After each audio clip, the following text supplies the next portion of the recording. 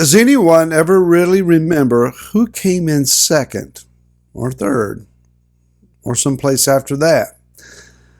Yah does. Hi, this is Barry Phillips with 10-Minute Torah. Day number 1, the Torah portion, Naso, to elevate. Let's go to Bamidbar, Numbers, chapter number 4, and read verse 21. And Yahweh spoke to Moshe, saying, take a census, and here's a key word for us today, also. Take a census also of the sons of Gershon by their father's house, by their clans. Now that doesn't seem to be much of a verse to speak on or comment on, but there is that key word, count also. So the idea of also gives us understanding that someone else was counted first. In this case, Kohath, the middle brother, was counted first. Gershon, the elder brother, is counted second. I'm a sports fan, and one of the sports that I enjoy watching on occasion is NASCAR, American racing. And I have a favorite driver, and I have a favorite car brand, and I'm pulling for them and wanting them to run up front and to win the race. When they win, well, it's an exciting thing for me. I hoot, I holler, and I clap my hands, and then back to real life. But if they don't win, I still want to see, well, how well did they finish? Where did they finish at? Was it second, third? Did they not even finish the race? Were they 100 laps down? What is the instance there? Everybody wants to win. I'm a bit too competitive myself, so I kind of shun some competitions because I just hate to lose. Much to my wife's frustration, I don't even want to play cards at times because I play cutthroat. I want to win. Too competitive. And it's not just fun, it's something else. Unfortunately, in the body of Messiah, that can also be the case. We get competitive. And we feel like, well, if I don't shine, if I'm not out front, if my name's not mentioned, if people are not listening to me, I can't stand it. I don't want to come in second. I have to come in first. In this case, Gershon counted second, even though he's the eldest. May have been a bit deflating. It may have been humiliating. It may have been embarrassing to him. But then again, this is the plan and the arrangement that Yah has for him. Gershon, I want you to be the one to carry the curtains, the coverings, the leather coverings, the screens of the courtyard, the covering of the door, the ropes and the cords. This is your assignment. This is my place for you. This is what I have for you. And so it is up to Gershon to do this thing that Yah has assigned to him with the right heart and the right mindset. Not everybody is going to have the same calling. There are those who feel like, well, if I'm not counted first, then I'm not interested in being counted at all. So just don't count me. Society has said, well, that's right. Nobody should be counted. Everybody should be uncounted, or everybody should be counted as number one. And so we have this mental warp, in my estimation, that has fallen into our society called participation trophies. Nobody wins. We don't even bother to keep score. If you participated, if you showed up, you get a trophy.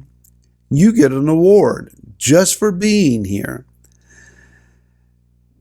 While that may come across as being preferable and righteous in someone's eyes, Yah says, no, give it your best effort. Try to win. Try to be first. We find this over in the book of 1 Corinthians, chapter number 9. And in verse 24, Rav Shaul says, do you not know that those who run in a race indeed all run, but one receives the prize. Here we go. Run in such a way as to attain it. He said to a young, aspiring teacher, pastor, preacher, young man named Timothy, he said, study to show yourself approved. He also said to him, fan into flame the gift that is inside you. Stir it up, son. Don't be lazy about this. You have a calling. You have a purpose. You have a challenge of Yah before you. Seize it, run with it, and try to do your best with it. Roles are different.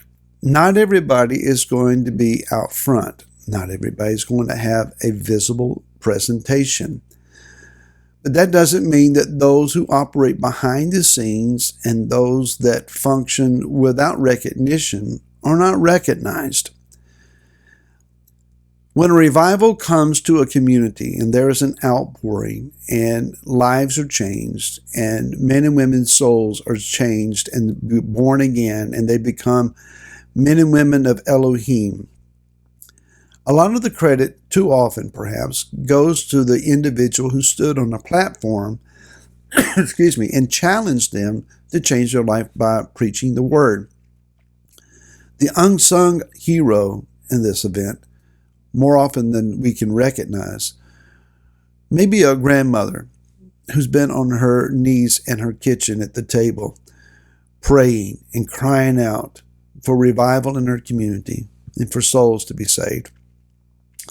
It could be a businessman who weeps behind his business counter for the distraught souls that come into his business and exchange commerce with him. It can be a Sunday school teacher who is weary of the apathy in her classroom and cries out to heaven, a mom, a dad, whoever.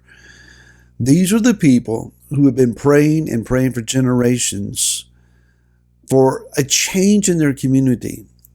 When all is said and done, the higher rewards may not go to the one who offered the sermon, but to those who were behind the scenes and praying. It could be those who organized the event, those who built the platform, those who set out chairs, those who sang a song that caused hearts to become tender. You never know that what you do behind the scenes, unrecognized, without applause, without any appreciation, you never know how the eyes of heaven are looking upon that. And in the day when crowns are handed out, that your head may wear multiple crowns, because Yah watches, and Yah likes the word also. I also see you. As much as I see Kohath, who will carry the furnishings and who will be significant in my eyes, I also see you. There are those who would say, well, you didn't want it until I had it. Remember those arguments among your siblings? Sometimes we don't know what we want. So the better question to ask is not, Father, will you give me what I want, but Father, what do you have for me? What is it that you want me to do? How is it that I'm to walk before you? There's another verse over in 2 Corinthians chapter number 10. And in verse number 12, it says, for we do not presume to count ourselves or compare ourselves with those who commend themselves, but they, measuring themselves by themselves and comparing themselves among themselves, are not wise. Let me leave you today with this thought. To compare yourself with someone else who may seem to have more visibility, more recognition, however that is portrayed, and think that you come up short, it's not wise. Compare yourself with Messiah Yeshua. Walk before him. Be most like him as you are able. And Yah will say, I see you also. More tomorrow. Until then, shalom.